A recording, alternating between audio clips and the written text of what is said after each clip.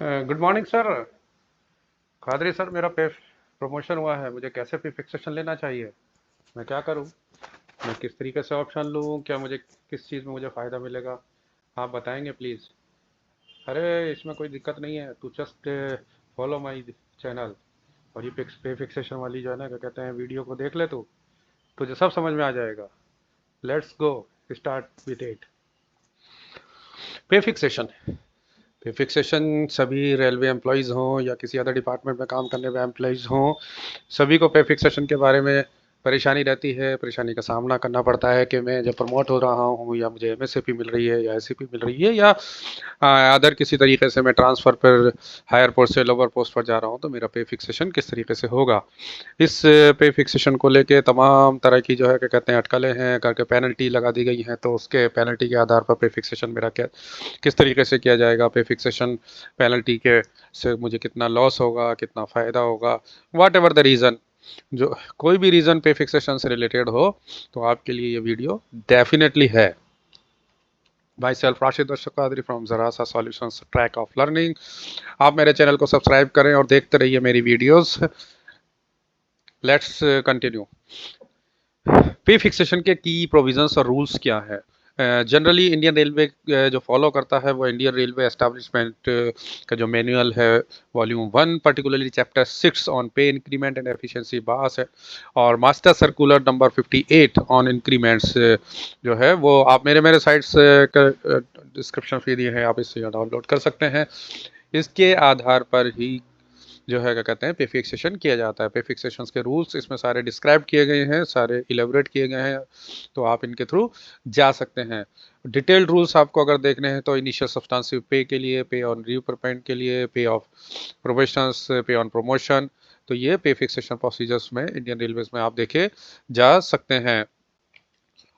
Increment related specifies क्या चीज़ें हो सकती है, जैसे withheld increment, increment withheld due to penalty are restored only from the date of the penalty cases.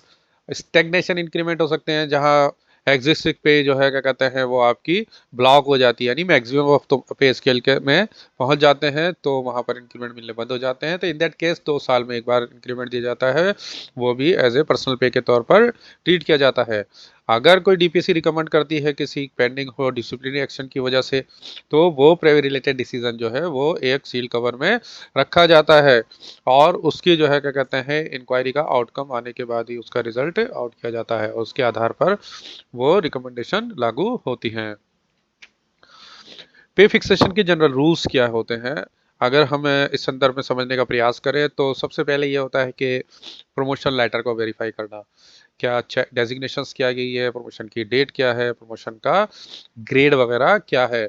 इसके अलावा जो है क्या कहते हैं डेट ऑफ ज्वाइनिंग, यानी ड्यूटी रिजम्पशन कब की है। Pay fixation is effective from the date of joining to the promoted post. For example, कोई प्रमोट होता है 1 जुलाई को, और वो जो है क्या कहते हैं ड्यूटी रिज्यूम करता है 1 अगस्त को, तो उसको 1 जुलाई से इंक्रीमेंट नहीं दिया जाएगा, बल्कि उसकी ड्यूटी रिजम्पशन डेट से ही दिया जा सकता है। उससे पहले कोई प्रमोशन का बेनिफिट उसको नहीं मिलेगा। एम्प्लॉय का ऑप्शन जो है, एज पर FR 22A1 and rule 13 of CCSRP rule 2016, employ opt कर सकता है कि वो इमीडिएट फिक्सेशन ले ले प्रमोशन की डेट से या एमएसपी की डेट से, या वो डेट ऑफ नेक्स्ट इंक्रीमेंट यानी डीएनआई जो है क्या कहते हैं, अगर वो फाइनेंशियली मोर बेनिफिशियल हो तो उस दिन से फिक्सेशन ले ले। Option should be received in stipulated period as per rule. Rule के हिसाब से उसको पे फिक्सेशन मिलेगा। पे फिक्सेशन का प्रोसेस फ्लो रहता है कि verify promotion letter, confirm eligibility, select pay option, calculate pay, finalise documentation. इस तरीके से पे फिक्सेशन के हर प्रत्येक प्रकार के पे फिक्सेशन में अलग अलग तरह के पे रूल्स रहे हैं, फिक्सेशन के अलग अलग रूल्स रहे हैं। फिलहाल अलग रूल 7 CPC में चल रहे हैं। तो जितने भी अगर पुराने लोग हैं, पुराने जो फोर्थ पे कमीशन के समय आ गए थे या उससे पहले आ गए थे, या फोर्थ पे कमीशन में जिन्होंने काम किया है, या फिफ्थ पे कमीशन में जिन्होंने काम किया है, या सिक्स पे कमीशन में जिन्होंने काम किया है, तो उनके लिए ये सभी के लिए वीडियो बहुत अच्छी होने वाली है, क्योंकि उन सबको ये समझ में आएगा कि कैसे पे फिक्सेशन उन्होंने उनको करना है। ये सभी एस्टैब्लिशमेंट सेक्शंस में जो कर्मचारी काम कर रहे हैं, इंडियन रेलवे एस्टैब्लिशमेंट सेक्शन में जो कर्मचारी काम कर रहे हैं, या किसी और डिपार्टमेंट एस्टैब्लिशमेंट सेक्शन में काम कर रहे हैं, या रेलवेज के अकाउंट डिपार्टमेंट में काम कर रहे हैं, उन सभी के लिए ये जो है क्या कहते हैं वीडियो बहुत फ़ायदेमंद रहेगी। और अगर वो समझने का प्रयास करें, क्योंकि इस पे फिक्सेशन को लेकर जो भ्रांतियाँ हैं वो इसमें दूर करने का मैं प्रयास करूँगा कि पे फिक्सेशन किस तरीके से किया जाना चाहिए। पे फिक्सेशन का बहुत ही एक आसान और थंब रूल है कि पे फिक्सेशन करते समय प्रमोशन पर एक बात ध्यान दी जानी चाहिए कि कर्मचारी जो पदोन्नति प्राप्त कर रहा है उसको मैक्सिमम मॉनेटरी बेनिफिट किस तरीके से मिल सकता है, यानी मैक्सिमम मॉनेटरी बेनिफिट उसको दिया जाना है।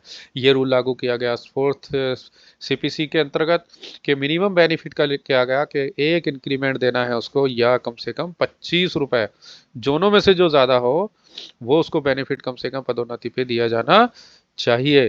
तो आप देखिए इसमें यहाँ पर जो है कि कहते हैं उसको मैक्सिमम बेनिफिट देने की बात की गई कि मैं कम से कम ज़्यादा से ज़्यादा जो हो, इंक्रीमेंट अगर ज़्यादा है तो इंक्रीमेंट दे दो, 25 रुपये ज़्यादा है तो 25 रुपये दे दो, जो भी ज़्यादा उसके आधार पर जो कहते हैं उसकी फिक्सेशन कर दो।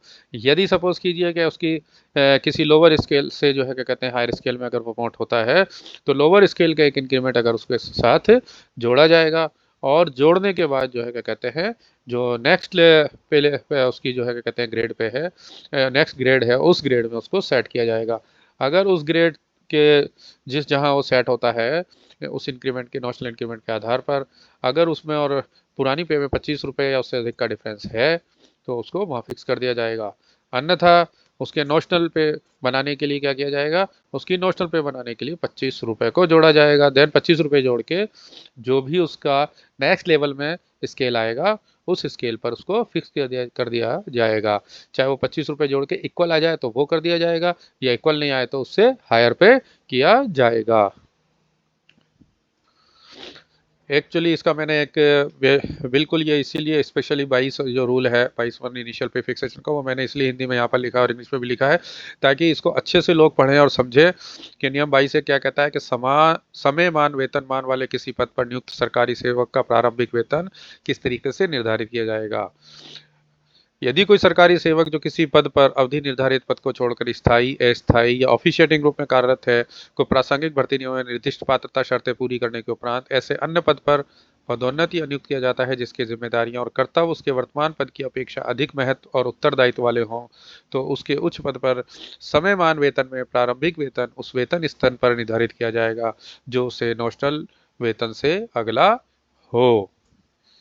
ठीक है, ये इसका एक साधारण सा रूल है 22 का कि अगर कोई भी आदमी प्रमोट किया जाता है तो उसको नेक्स्ट स्टेज जो है क्या कहते हैं उसके नॉशनल पे में उसको निर्धारित किया जाएगा। फिर a government servant holding a post other than a tenure post in a substantive or temporary or officiating capacity is promoted or appointed in a substantive, temporary or officiating capacity as the case may be, subject to the fulfillment of the eligibility condition as prescribed in the relevant recruitment rules, to another post carrying duties and responsibilities of greater importance than those attaching to the post held by him.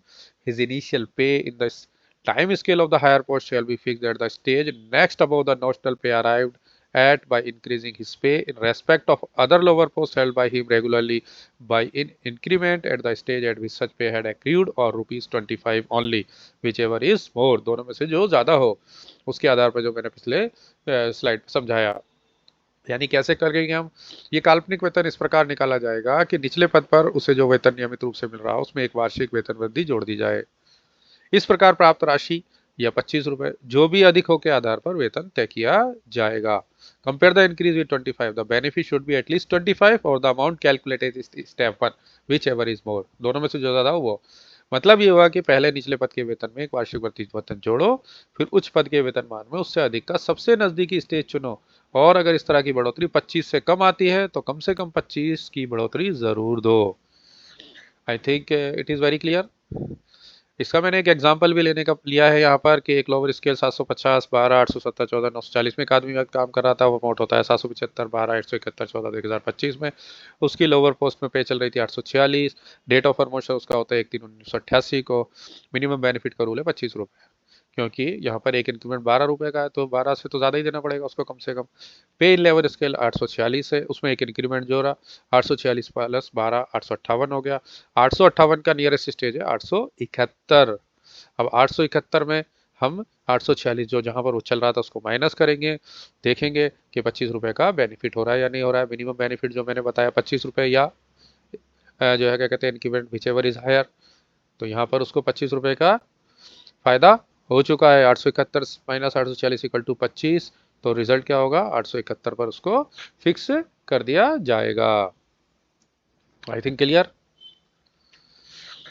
अब आता है fifth CPC. इसमें मैं minimum benefit क्या दिया जाएगा, 100 रुपए या whichever is higher, one increment और 100 रुपए विच एवर इज हायर। जैसे उसमें 25 रुपए था, इसमें 100 रुपए। पे फिक्सेशन का मेथड भी सेम रहेगा 4 सीपीसी जैसा।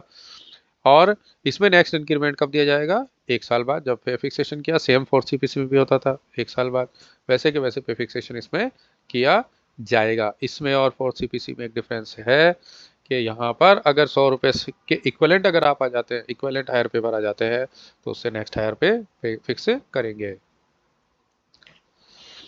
6 सीपीसी में क्या होता था, क्या होगा, एक इंक्रीमेंट दो 3% का, जो बेसिक पे चल रही है करंट पे बैंड में उसमें, और उसमें ग्रेड पे जोड़ो प्रमोटेड पोस्ट की, बात खत्म, हो गया पूरा फिक्सेशन।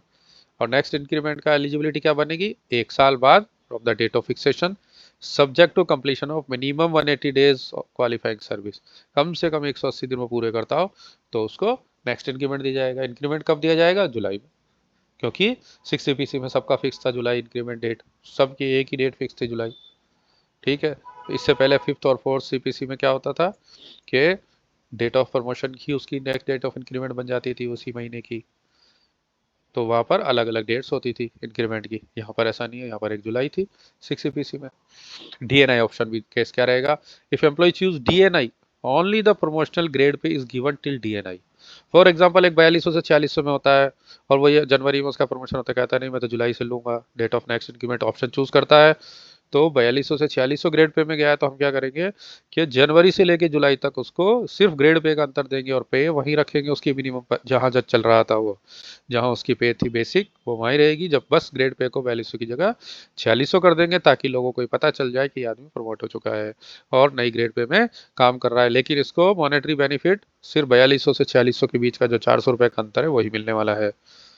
अब इसको क्या करेंगे, जब जुलाई आएगा तो जुलाई में इसको एक इसका रेगुलर इंक्रीमेंट दिया जाएगा, देन उसके बाद इसको प्रमोशन एक इंक्रीमेंट दिया जाएगा, और देन उसके आधार पर फिक्स किया जाएगा। क्लियर इसमें, आई थिंक सो। अब आता है 7 सीपीसी। 7 सीपीसी में क्या होगा, एक इंक्रीमेंट करंट लेवल पे लेवल में दिया जाएगा, और उसको फिक्स कर देंगे नेक्स्ट हायर सेल में, प्रमोटेड पे लेवल के हायर सेल में प्रमोट कर देंगे। फॉर एग्जांपल मैं 32,400 पे काम कर रहा था, और नेक्स्ट स्केल में 32,800 है, तो हमें 32,800 पे फिक्स कर दिया जाएगा। अगर 32,400 का इक्विवेलेंट नहीं है, उससे हायर इक्विवेलेंट है, तो उस पर हायर पे फिक्स कर दिया जाएगा। अगर एग्जैक्ट है तो एक एग्जैक्ट पे फिक्स कर दिया जाएगा। ऐसा नहीं होगा कि नहीं साहब इसको एग्जैक्ट पे फिक्स मत करो, नहीं एग्जैक्ट पे फिक्स कर दिया। नेक्स्ट इंक्रीमेंट, नेक्स्ट इंक्रीमेंट कब होगा, या तो जुलाई में होगा या जून में, जनवरी में होगा, यानी एम्प्लॉय ऑप्शन चूज कर सकता है कि वो कब से लेता है। नेक्स्ट इंक्रीमेंट कम से कम 180 दिन गुजरने के बाद ही दिया जा सकता है। अगर वो डीएनआई ऑप्शन चूज करता है कि वही डेट ऑफ नेक्स्ट इंक्रीमेंट से लूंगा, टिल डीएनआई क्या करेंगे, पे जो है कंटिन्यू रहेगी करंट से लेवल में ही। Till DNI pay will be fixed to next higher cell from the current pay level cell to promoted pay level cell. मतलब डीएनआई तक क्या करेंगे, फॉर एग्जांपल जैसे मैंने बताया कि मेरी 35,400 चल रही थी, और जो है क्या कहते हैं नेक्स्ट मैंने विदाउट उसमें इंक्रीमेंट जोड़े हुए, उसके इक्विवेलेंट जो पे लेवल वहाँ पर था वो 35,400 नहीं था, बल्कि 35,800 था। तो 35,800 मुझे कब तक देंगे, डीएनआई तक देंगे, यानी जनवरी से लेके जुलाई तक मेरे वाले एग्जाम्पल में हम देंगे इसको 6 महीने तक। देन उसके बाद इंक्रीमेंट दे के लोअर स्केल में उसको हम फिक्स करेंगे। At DNI pay fix at next higher cell in promoted level. Apart from it एक आरबी है 212/2019, उसका भी लाभ इसको मिलेगा। यानी डेट ऑफ नेक्स्ट इंक्रीमेंट पे इसने पे फिक्स कराई, तो उसको 212/219 का 2019 का लाभ देते हुए क्या करेंगे, फायदा पहुंचाते हुए उसका नेक्स्ट इंक्रीमेंट की डेट जनवरी कर देंगे। यानी लिया जुलाई में, और जनवरी में उसका नेक्स्ट इंक्रीमेंट लग जाएगा विद इन 6 मंथ, तो ये भी उसको लाभ मिलेगा। अगर कोई व्यक्ति अपने पदोन्नति की डेट से ही फिक्सेशन ले लेता है, तो फिर देन उस केस में उसको डीएनआई 212/2019 का लाभ नहीं मिल पाएगा, ये भी ध्यान रखना होगा। अब आता है पेनल्टी के केसेस। पे फिक्सेशन में अगर पेनल्टी अगर लगा दी जाए तो पे फिक्सेशन कैसे होगा। नॉर्मली हम जानते हैं कि टाइप ऑफ पेनल्टीज क्या होती हैं। Censure, withholding of promotion, recovery from pay, withholding increment temporarily, reduction within the time scale, non cumulative या पेंशन न्यूट्रल, जिसको पेंशन कोई नुकसान नहीं होने वाला पेंशन पे। मेजर पेनल्टीज हो सकती है reduction to lower pay scale और grade, compulsory retirement, removal, dismissal, ठीक है ना, क्या कहते हैं। इसके लिए आप मास्टर सर्कुलर 66 से देख सकते हैं। मास्टर सर्कुलर 66 इसको डिटेल्ड में बिल्कुल समझाता है। तो सभी जितने भी लोग हैं एस्टैब्लिशमेंट सेक्शन वाले और अकाउंट सेक्शन वाले, उनके पास दो मास्टर सर्कुलर ज़रूर होने चाहिए, एक तो 58 और एक 66। 58 रिगार्डिंग प्रमोशन पे फिक्सेशन के लिए और रूल्स के लिए, और 66 जो है क्या कहते हैं पेनल्टी के केसेस में जो फिक्सेशन के रूल तो फिक्सेशन के लिए। अब इफेक्ट ऑफ पेनल्टीज क्या होती है। विद होल्डिंग इंक्रीमेंट, ये एक फॉर्मल पेनल्टी है that delays progression. Once the penalty period ends, increment resumes, increment लग जाता है depending on whether the penalty is cumulative और not. Master circular number 66 clear कर रहा है इसको भी, ठीक है। रिडक्शन इन पे scale may postpone higher grade pay increment on restoration pay is fixed either on the basis of service in the lower grade or skipping the period lost depending on whether the penalty is cumulative or not, ठीक है। Reduction in पे scale में reduction कर दिया। With holding increment के किसी पे level में चल रहा था उसी में जो है क्या कहते हैं इंक्रीमेंट रोक दिया गया। रिडक्शन पे स्केल यानी पे स्केल को नीचे कर दिया गया, पे स्केल कम कर दी गई आपकी, उसकी चल रहा था जो है पे लेवल 9 में कर दिया पे level 8, like that. Salary recovery, if a penalty include financial recovery it can be applied alongside other penalties, उसके साथ साथ चल सकती है पेनल्टी के साथ साथ दूसरी penalty, without being consider double punishment. Master circular number 66। Salary में से जो रिकवरी होती है वो पनिशमेंट नहीं है, ध्यान रखें अच्छे से, वो पेनल्टी नहीं है। As per D&AR rules salary से होने वाली रिकवरी जो है वो पेनल्टी नहीं है। पेनल्टी क्या है कि आपका जो है क्या कहते हैं इंक्रीमेंट को विदहोल्ड कर दिया गया कम्युलेटिव या नॉन कम्युलेटिव बेसिस पर, पे स्केल में रिडक्शन कर दिया गया, रिवर्ट कर दिया गया, लाइक दैट, ना कि कोई सैलरी की रिकवरी है। अगर किसी पर्टिकुलर केस में आपसे रिकवरी बन गई और आपको पनिशमेंट भी दिया गया तो रिकवरी अलग है और पनिशमेंट अलग है। ये डबल पनिशमेंट नहीं माना जाएगा, इसलिए कि डबल पनिशमेंट मानते हुए उसकी सैलरी रिकवरी मत करो, ऐसा नहीं होगा, ठीक है। I think understood.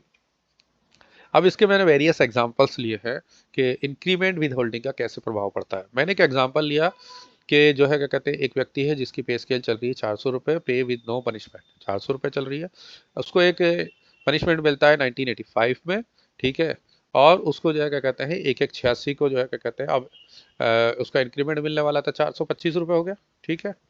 Punishment impose इन 1985, 1/1/1985, 400 रुपये, उसका पनिशमेंट मिला 425 रुपये, 450 रुपये। अगर उसको पनिशमेंट नहीं होता तो क्या होता, 400, 425, 450, 475, 500 हो जाता। अब उसकी क्या हुआ कि पे उसको 1 साल के लिए विदहेल्ड किया गया इंक्रीमेंट। जब विदहोल्ड किया गया, WIT दी गई यानी विदहोल्डिंग ऑफ इंक्रीमेंट किया गया, तो क्या हुआ 400 रुपये से 1/1/86 को जो इंक्रीमेंट लगने वाला था वो भी नहीं लगा, और वो 400 रुपये रह गई। लेकिन 1/1/1987 को दोनों लगा दिए एक साथ, यानी 86 वाला भी और 87 वाला भी। अब लगातार साल के लिए रोक दी गई, 2 सक्सेसिव WITs ईच 1 ईयर। पहले साल नहीं दिया गया उसको, ठीक है, क्या कहते हैं एक के बाद एक पेनल्टी दी गई, पे विद 2 सक्सेसिव WITs अलग अलग दी गई। एक सिंगल WIT में नहीं है ये सारी चीज़ें, अलग अलग है। पे 2 सक्सेसिव WITs में क्लियर कर दो, पहले एक WIT दी गई, देन उसके कुछ दिनों बाद दूसरी WIT दी गई, ये वाला केस है। इसमें क्या करेंगे, हमने जो है क्या कहते हैं 1/1/86 को जो इंक्रीमेंट मिलने वाला था वो विदहोल्ड कर दिया, ठीक है, 400 रुपये मिला उसको। लेकिन 1/1/87 को हमने दूसरा दे दिया, जबकि यहाँ पर पहला वाला दे दिया, नहीं 425 कर दिया, जबकि यहाँ 450 मिल जाना चाहिए था, क्योंकि उसकी दूसरी WIT है तो यहाँ वाला रोक दिया इसका। और फिर हमने 88 को दोनों एक साथ दे दिए, ये आ गया। अब आता है कम्युलेटिव इफेक्ट वाला, जिसमें WIT दी गई 1 साल के लिए, लेकिन उसका इफेक्ट ये कहा गया कि उसका फ्यूचर इफेक्ट आएगा। फ्यूचर इफेक्ट आएगा तो क्या किया हमने 1/1/87 को, पहले हमने क्या किया था कि जो होल्ड किया था उसका हेल्ड किया था इंक्रीमेंट 86 का, वो दे दिया था 1/1/87 को पहले केस में, लेकिन यहाँ पर हमने नहीं दिया, और हम उसको 88 में ही देंगे, उस इंक्रीमेंट का रेगुलर इंक्रीमेंट देंगे उसको, उसको रेगुलर इंक्रीमेंट देते हुए चल रहे हैं फिर, तो एक इंक्रीमेंट पीछे चला गया। इसी तरीके से अगर पे with 1 year cumulative WIT plus 1 year WIT, एक तो दी कि कम्युलेटिव इफेक्ट होना है, दूसरी उसको दी कि जिसका नॉन कम्युलेटिव इफेक्ट है, तो क्या करेंगे हमने, पहले उसको 86 में हमने 400 पे रखा, कोई बात नहीं, क्योंकि उसकी विद हेल्ड की है, कम्युलेटिव है। फिर देन उसके बाद हमने है ना क्या कहते हैं नॉन कम्युलेटिव वाली भी उसकी है, तो इसको फिर 400 पे रखा हमने, अगले 87 का भी नहीं दिया। ठीक है कहते हैं, लेकिन 88 में हमने उसको 2 इंक्रीमेंट दे दिए। 2 इंक्रीमेंट कौन से दे दिए? जो एक हमने WIT उसको दी थी नॉन कम्युलेटिव वाली, एक तो वो इंक्रीमेंट दे दिया और एक 88 का इंक्रीमेंट दे दिया, यानी इसको 2 इंक्रीमेंट दे दिए। यहाँ पर उसको वापस से जाके एक इंक्रीमेंट का इसको यहाँ पर लॉस रहेगा जो कि कम्युलेटिव इफेक्ट वाला है। ठीक है, आई थिंक समझ में आया होगा। इसके कुछ और एग्जाम्पल मेरे पास है, वो भी देखेंगे अभी हमें। मैं एक इलस्ट्रेशन देख रहा हूँ यहाँ, स्केल ऑफ पे मैंने लिया 5500, 175, मैंने लिया 5500, 175, 9000। ठीक है, इसके अलावा जो है उसकी प्रेजेंट बेसिक पे जो चल रही थी वो चल रही थी 6200 रुपये। डेट ऑफ नेक्स्ट इंक्रीमेंट था 1 June. Date of imposing of penalty मैंने लगाई 1 मार्च 2000। 1 मार्च 2000 को मिली। केस पहला क्या है? Penalty of withholding increment for 2 years without having the effect of postponing future increment also termed as without cumulative effect with temporary effect. जिसको WIT दी गई उसको विदाउट नॉन कम्युलेटिव दी गई, लेकिन 2 साल के लिए दी गई। तो 1/6/2000 को इसका जो है क्या कहते हैं, नेक्स्ट इंक्रीमेंट इसको लगना था 1 जून को। ठीक है, जैसे मैंने देखा पेनल्टी लगाई गई 1 मार्च 2000 को, तो 1 जून 2000 को इसका इंक्रीमेंट नहीं मिलेगा और ये 62 पे ही रह जाएगा। Penalty start increment with held 1/6/2001 को, फिर 2 साल के लिए लगाई थी, तो यहाँ पर भी इसको 6500 रखी जाएगी, इंक्रीमेंट अगेन विद हेल्ड। लगातार 2 साल तक इसको कोई इंक्रीमेंट नहीं दिया गया है। ठीक है, लगातार इसको इंक्रीमेंट 2 नहीं दिए गए। देन 1/6/2000 देखो क्या क्या, penalty ends with increment restored, दोनों इंक्रीमेंट एक साथ दे दिए और 6725 पर इसको अपन ले गए 175 जोड़ के अपन ने। ठीक है,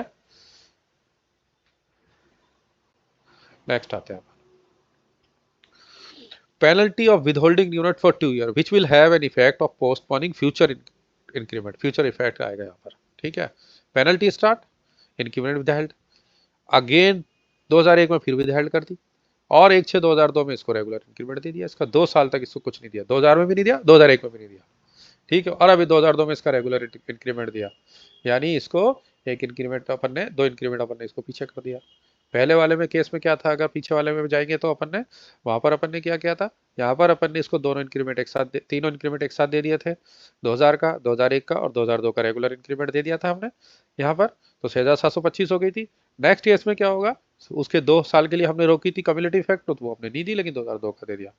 अब नेक्स्ट आते हैं penalty of reduction of pay by 2 stages to the lower stage of 5850 in the same scale of pay for 2 years without having effect postponing future increment। 2 साल के लिए हमने लोअर स्टेज पे लिया है उसको।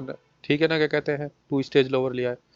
तो हम इसको कहाँ ले गए, इसकी 6200 बेसिक चल रही थी, हमने 2 स्केल लोअर ले गए तो 5850 पे ले गए इसको। अब हमने 2000 में भी 5850 रखा, 2001 में भी 5850 रखा, लेकिन क्योंकि नॉन कम्युलेटिव इफेक्ट था तो हमने उसको क्या किया, 2002 को सारे दोनों के दोनों इंक्रीमेंट और 2002 का इंक्रीमेंट, यानी तीनों इंक्रीमेंट हमने उसको दे दिया और उसको फिक्स कर दिया, रिस्टोर टू ओरिजिनल पे प्लस इंक्रीमेंट ड्यूरिंग पेनल्टी। और 2002 में उसको 6725 नॉर्मल इंक्रीमेंट दे दिया। अंडरस्टैंड। अब इसी केस को हम समझते हैं 5850 वाले केस को, जहां पर हमने इसको कम्युलेटिव इफेक्ट यानी नुकसान पहुंचाया, अगले फ्यूचर में इफेक्ट होने वाला है। तो हमने इसको क्या करा, 2000 में 2 स्टेज रिड्यूस किया हमने 5850 पे लेकर गए, फिर हमने इसको 2001 में भी 5850 पे रखा, 2 स्टेज 2 साल के लिए हो गई पूरी यहाँ पर। देन 2002 में क्या हुआ, हमने इसको रिस्टोर किया ओरिजिनल पे पर। ठीक है, तो रिस्टोर करके ओरिजिनल पे, यानी अब यहाँ पर इसको हमने एक इंक्रीमेंट दिया तो 6200 पे आ गया, पुराने वाली स्टोर पे चला गया, है ना। क्या कहते हैं, increment during penalty not granted, क्योंकि पेनल्टी नहीं दी गई तो एक इंक्रीमेंट दे दिया 5850, 200 कर दिया इसको।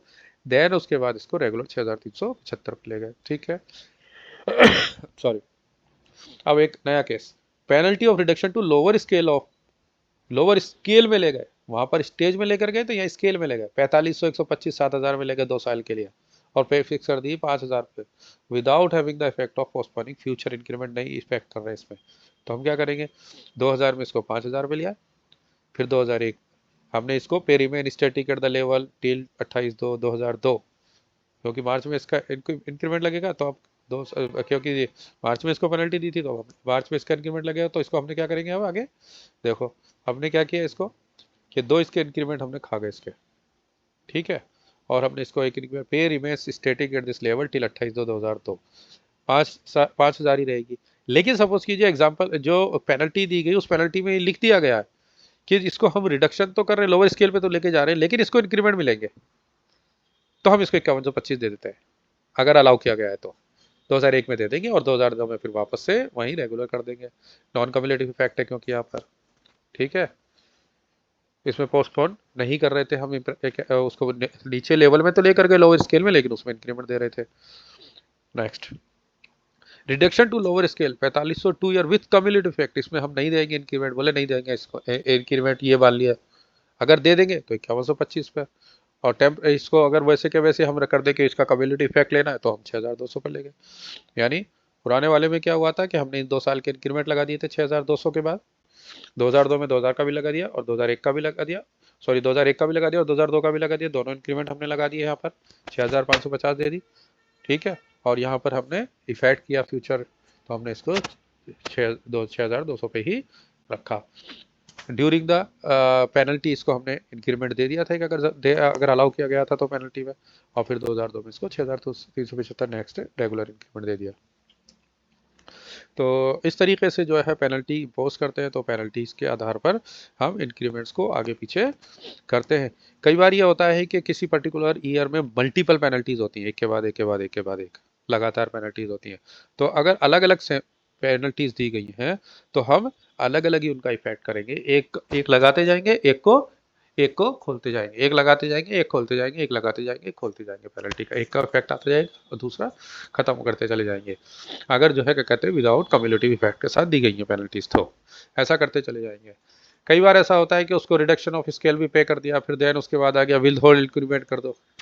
ऐसे केस में भी क्या करेंगे, पहले रिडक्शन ऑफ स्केल में लेके जाएंगे, कर देंगे जो पहला, अगर वो पहली पेनल्टी हुआ है तो देन उसके बाद जो है क्या कहते हैं उसका नेक्स्ट इंक्रीमेंट जो भी आता है उसको नेक्स्ट इंक्रीमेंट को हम रोक देंगे। अगर विदहोल्ड करने के लिए क्या गया कम्युलेटिव, तो वो एक तरह से उसका इफेक्ट उस पर आ जाएगा, और देन जब भी पेनल्टी खत्म हो जाएगी तो दो सारे मिल जाएंगे उसको। तो अगर इसको अगर समराइज करेंगे, कंपैरिजन फिक्सेशन को हम समराइज करेंगे, तो नेक्स्ट हायर स्टेज और 25 plus benefit increment annual minimum benefit provision for CPC में, और 7th में 1 increment plus next higher cell जनवरी और जुलाई after 180 days pay matrix system के हिसाब से। I think it is clear. अब डीएनआई ऑप्शन का जो कंपैरेटिव एनालिसिस अगर देखते हैं यहाँ पर, दो तरह की बात होती है। एक पे फिक्सेशन अगर जो है प्रमोशन की डेट से ले लिया जाए तो उसको शॉर्ट टर्म तो पे लोअर मिलता है, हायर मिल जाती है उसको, लेकिन लॉन्ग टर्म उसको जो बेनिफिट होते हैं वो थोड़े से कम हो सकते हैं। और अगर जो है क्या कहते हैं डीएनआई की डेट से अगर ली जाती है तो डीएनआई की डेट से उसका लॉन्ग टर्म इम्पैक्ट अच्छा हो सकता है। वर्तमान परिप्रेक्ष्य में अगर मैं देखूँ 7 सीपीसी के परिप्रेक्ष्य में, तो उसको क्या होगा कि शॉर्ट टर्म के लिए तो लोअर पे मिलेगी, बट लेकिन उसके इंक्रीमेंट डेट डीएनआई से अगर वो फिक्सेशन लेता है तो उसको फ्यूचर में इफेक्ट प्रमोशन उसको मॉनेटरी बेनिफिट ज़्यादा होगा। तो की रिसोर्सेज मैंने बता दिया, Indian railway establishment manual, master circular 58, master circular number 66 और सीसीएस रूल्स। इसके अलावा डीएनआर रूल्स जो है वो भी आप इनके साइड जा सकते हैं। इसके लिए वेबसाइट indianrailway.gov.in, इस पर आप जाके जो है कहते हैं इन चीज़ों को देख सकते हैं। फिक्सेशन वगैरह को अगर देखना चाहते हैं तो 58 और 66 सर्कुलर्स भी आपको वहाँ मिल जाएंगे। होप ये वीडियो जो है क्या कहते हैं कुल मिलाकर आपके लिए अच्छी रही होगी, और इससे हमें समझने का मौका मिला होगा कि पे फिक्सेशन किस तरीके से किया जाता है। अगर पे फिक्सेशन संदर्भ में किसी भी प्रकार की आपकी कोई और भ्रांति हो, कोई चीज़ अगर आप और जानना चाहते हैं, उसका कोई इफेक्ट और समझना चाहते हैं, तो आप मुझे जो है क्या कहते हैं कमेंट कर सकते हैं, और कमेंट में उससे क्वेश्चन पूछ सकते हैं। इंशाल्लाह I will answer your questions definitely. आपने मेरी वीडियो को देखा, आप मेरे चैनल को सब्सक्राइब करें। ZARAS से ज़रा सा सॉल्यूशंस ट्रैक ऑफ लर्निंग, और जो है क्या कहते हैं मेरे वीडियोस को आप लाइक भी करें और subscribe. Thank you so much.